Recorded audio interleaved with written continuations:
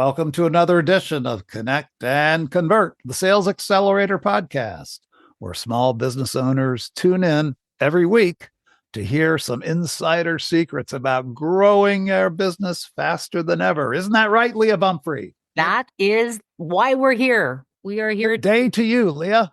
Hey, I hope you're having a great morning. The sun is up here in Canada, so we're happy to hear. All right.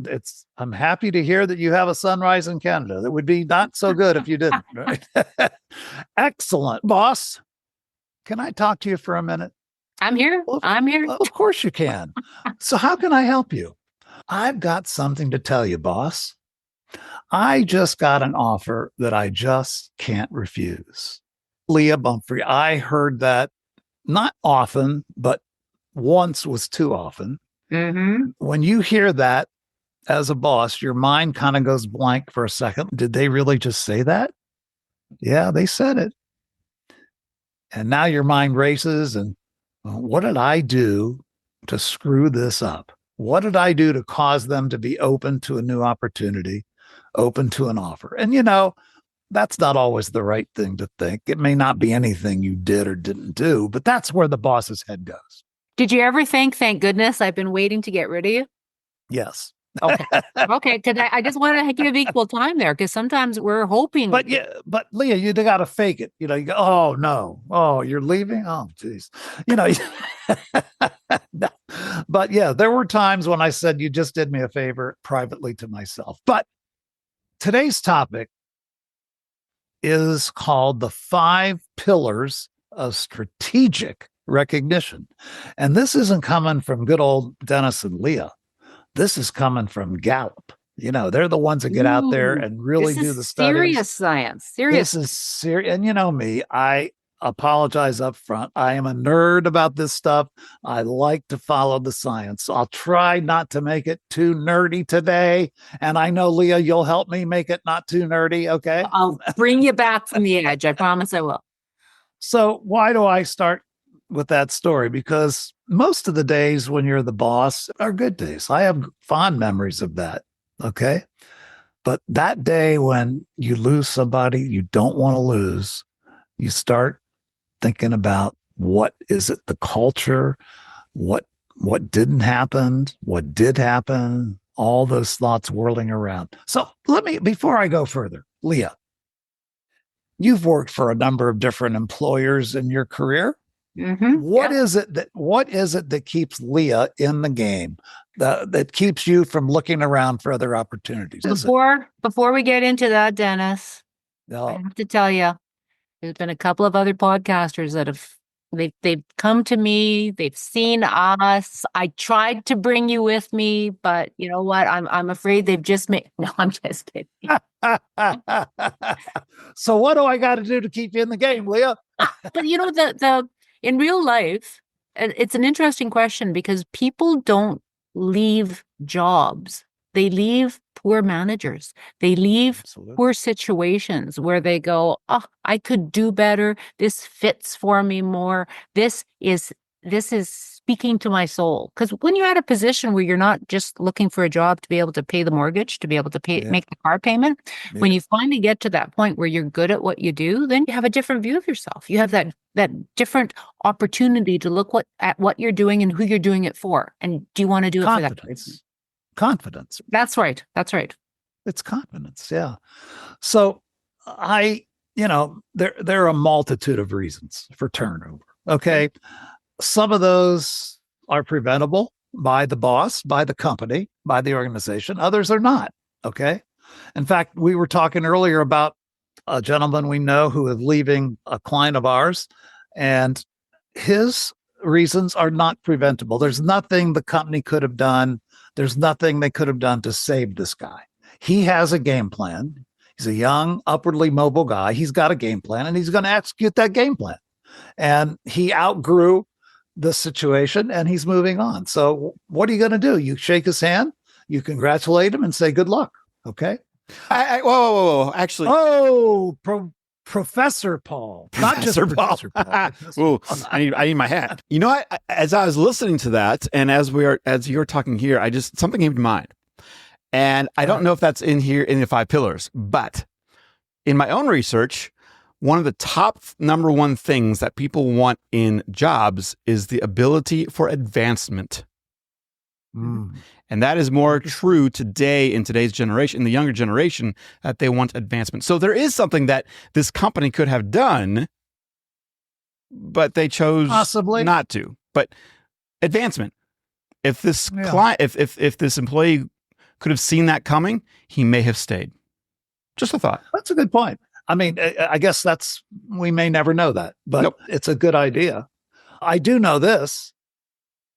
There are certain things you can do to try to keep that day from ever coming. And so today I want to talk about the things we can do, not the things that we can't do. Okay.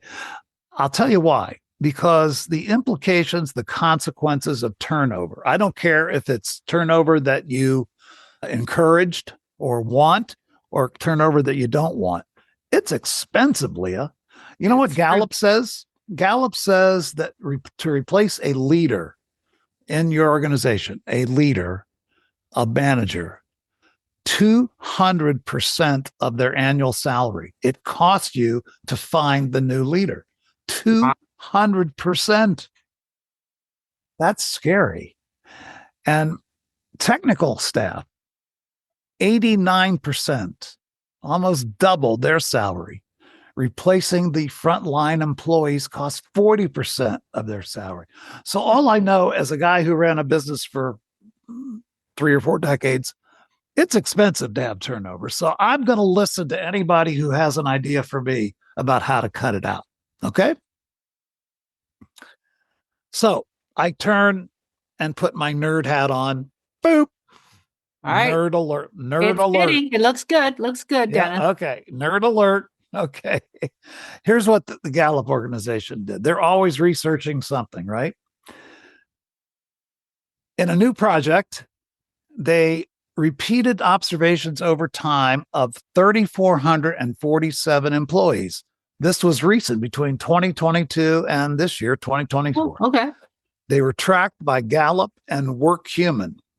And what they did is they evaluated the relationships between one particular thing that could help stop turnover, and that's recognition, and turnover, to see if there was a relationship. Okay. All right. So what do you think? Before I disclose what they found, I can just share from my own personal experience.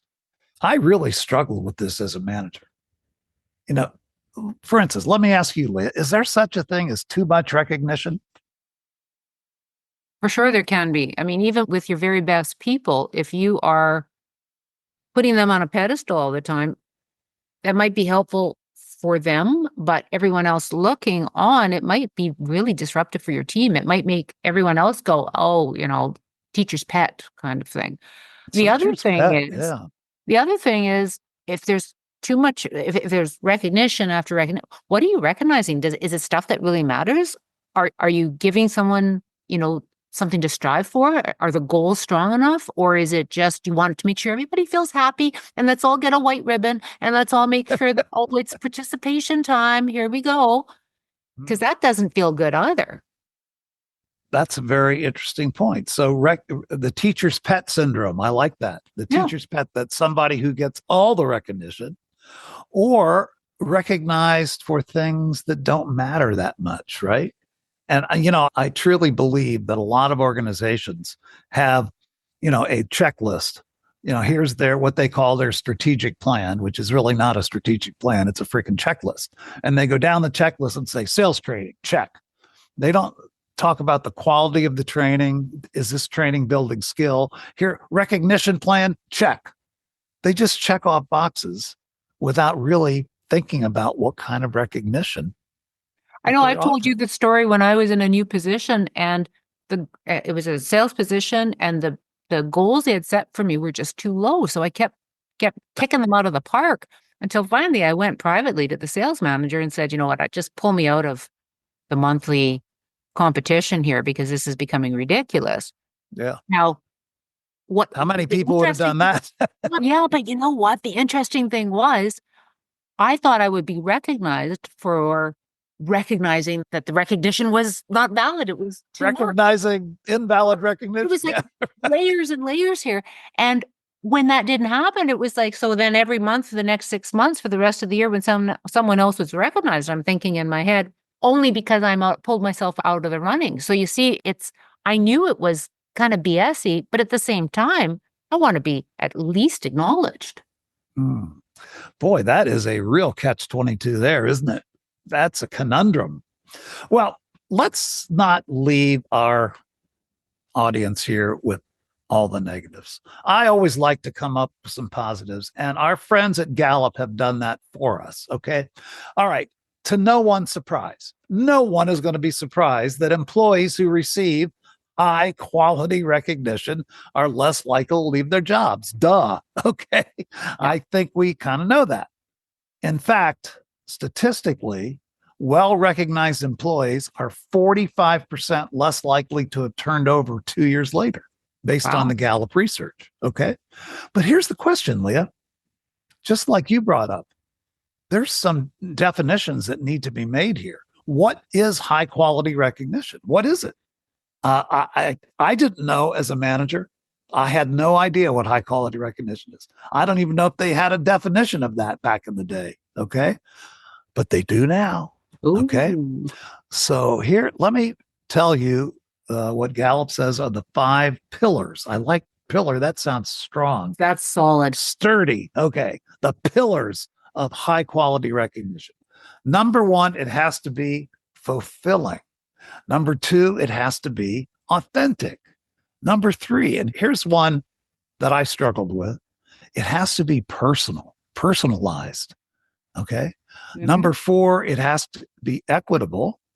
And number 5, and this is a biggie, embedded in the culture.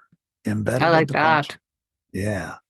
So let's meditate on those for a minute. I think this speaks to some of the things you were talking about. Authentic. If it's inauthentic, if it's just recognition because we're checking a box, that's not authentic. No. That's just because someone told us we had to have a program, right? Or you need to have a winner. I've worked at companies where, we have no one for employee of the month. Who are we going to pick? And it's, if you have nobody, if nobody has stood up, it has been nominated by their peers or the criteria isn't there, that means you don't have an employee of the month. Really? Yeah. So But if it's inauthentic, is that authentic? no, and it becomes a checking off of the box. Here's the one too, personalized. So one size to me and one size in recognition does not fit all. And here's the main reason I say that. As you know, I am a student of, a teacher of, a coach of social styles. Yes. Okay. So the recognition that I, as an expressive driver, would cherish would absolutely turn off Professor Producer Paul, who isn't amiable. Okay. The recognition that I would thrive upon is not for him. And the recognition, Leah, that you thrive upon is not for me. So let's get real about recognition. If it's not personal, it's not meaningful. It's not working. And that goes back to what I was mentioning before about people leaving jobs because of people, not because of the company or the position itself. If I know that you don't really care that I don't drink and you keep giving me a $200 bottle of scotch, what aren't you hearing? I don't drink. Well, send Now, it to just me. to will you? clarify for our listener, I do drink. That seemed like a bold idea. So anytime you have a bottle of scotch you don't want, you can send it over. I'll take it. If you can get it through Canadian customs or whatever you have to clear up. I don't know. I'll do my best. Personalized. Okay. Now you spoke to being equitable. And what's equitable? To me, that means not every little thing gets recognized and it has to be fair. It can't be the teacher's pet. Okay. People in organizations can spot that 100 miles away when one person is getting the bulk of the recognition. That's not equitable. That's not equitable. So if your recognition program is skewed that way, you don't have a good recognition program. Sorry, you don't. And particularly in sales, because sales is Yeah. very much numbers driven. Now we know the numbers come from relationship, and we know the right way to achieve those goals. But it is about, you either sold $10 or you didn't sell the $10. And if you didn't sell the $10, you didn't make your goal. No, and sales is easy though. I mean, we've both been doing sales for a long time, and it's easy to measure performance. It's easier to give recognition. The part as when I was in the radio stations in Miami, the problem I had was the non-sales people. I did a pretty good job, my team and I should say, of recognizing sales performance. We had all kinds of performance bonuses, et cetera. But what about the people who support sales? What about the people who support the programming department, the stuff that goes on the air? How do they get recognized? And, we had all types of structures. We had a president's club. We had employee of the month. And I think we were somewhat equitable in the way we did it. Yeah. So, And you know what? I'm back in. We're in trouble again. No, you're not in trouble again. I'm genuinely curious because I was on that side of radio industry. Yes. And we're in the support team. Yes. Yeah, exactly. And they did a okay job. But I'm going to challenge you a little bit. What did you do? How did you choose to actually recognize somebody in promotions or in creative or something? What did you do?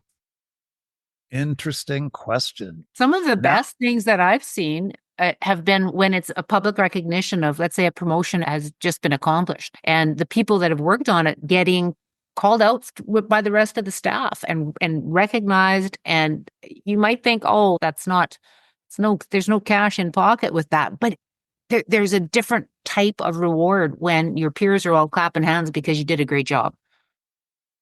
That is one way that I used as well. To answer Professor Producer Paul's question, it is department by department. Okay. In other words, I had a team of engineers, right? Now, engineers are the unsung heroes of a radio station, right? They're working in the background. They're usually high introverts. They're not very expressive individuals. They don't need to be around people.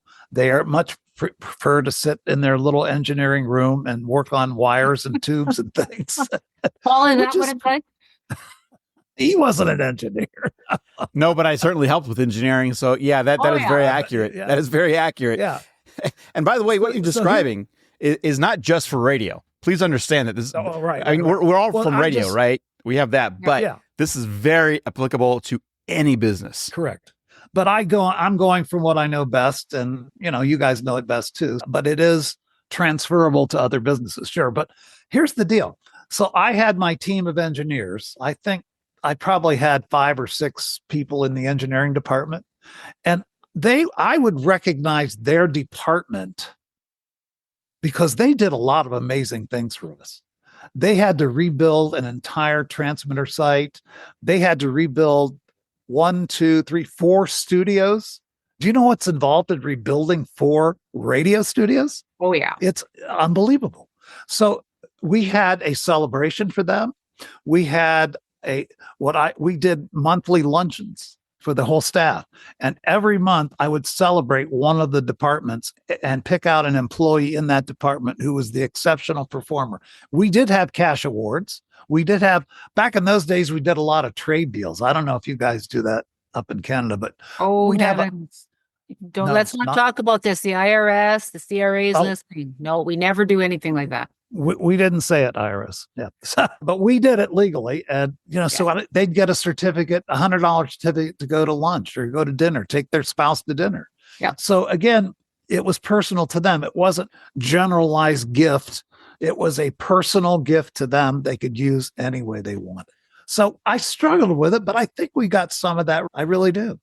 And I think the Pauls of my team would, if you reached out to them today, would probably acknowledge that, yeah, they did feel recognized. They feel appreciated for their job, even though they weren't on the front lines. And that's the key. That's really the key. The other thing goes beyond just it being part of the management team or the owner that has to do this. If you are in a small business and you are working on your own business as a personal salesperson, what are you doing to thank your support people?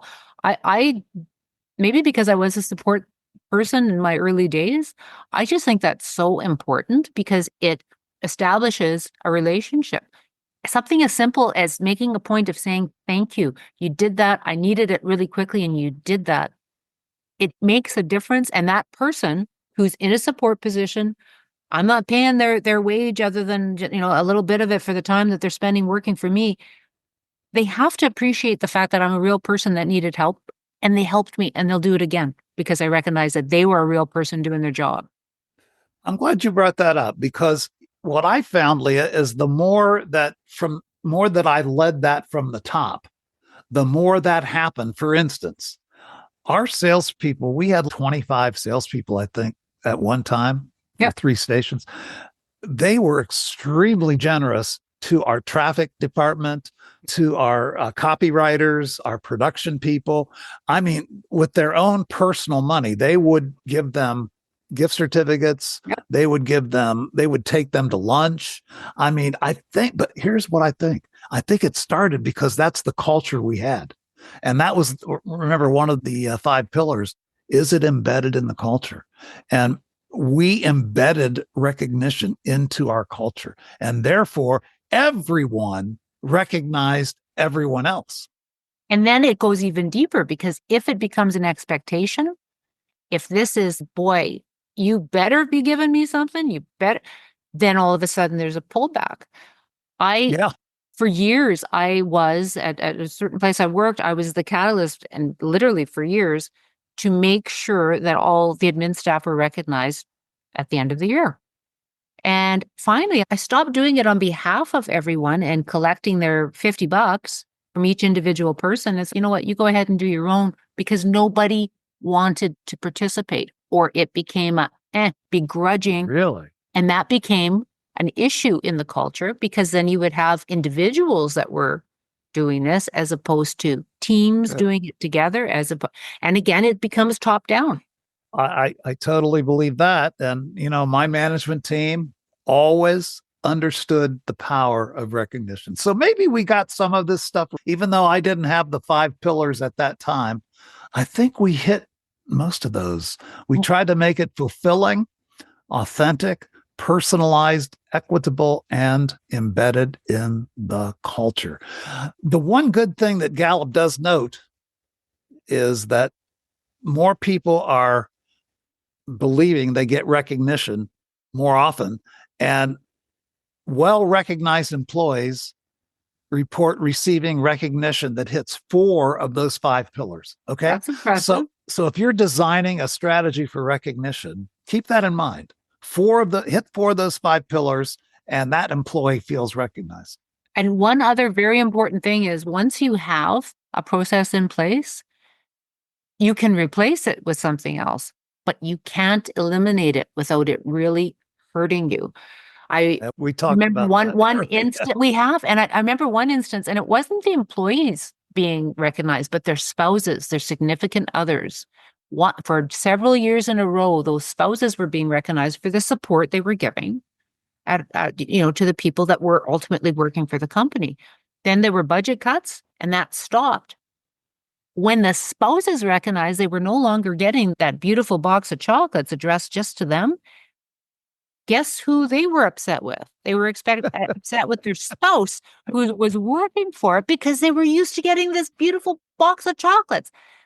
It's a funny thing, recognition. People will say, oh, it doesn't matter. It really does. Yeah, that's an interesting one. We had a lot of events where we included families. We had family picnics. We had events where you bring your significant other or spouse. Absolutely. And I totally agree that recognition of family members, spouses, significant others totally personalizes the experience. You know what that reminds me of? It reminds me of our sponsorship.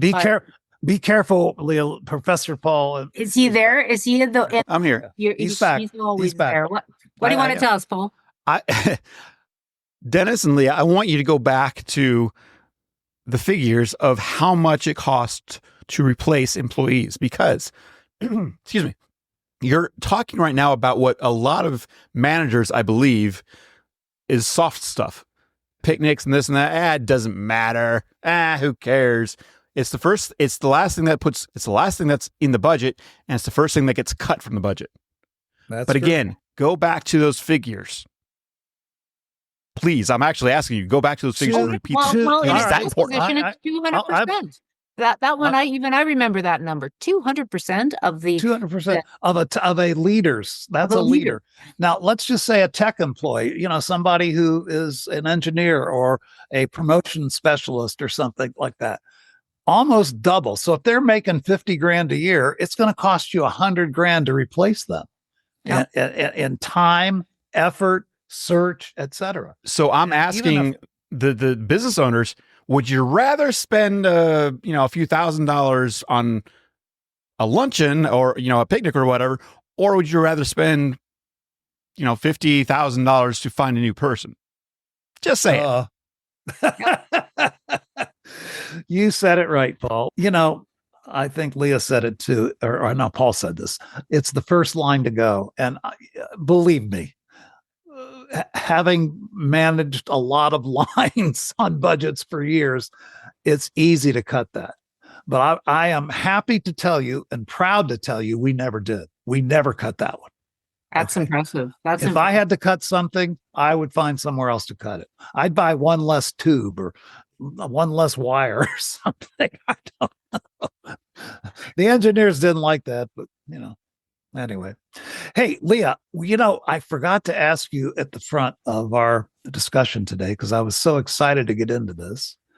We have a special offer for our audience. Would you tell them what that is, please? We do. This is part of our appreciation and our recognition of the people that are supporting our podcast. Send an email, Leah Bumphrey at wizardofads.com or Dennis Collins at wizardofads.com with a request for a discovery call. It's 60 minutes. It is an opportunity for us to sit down and talk about how we could further help your business, what it is that we do to help our corporate clients all over the North America, and really personalize that free, and did I mention that it's free chance for you to ask us some questions? Really. We always encourage people to send us specific questions that we're going to answer, and we have one from a listener this week.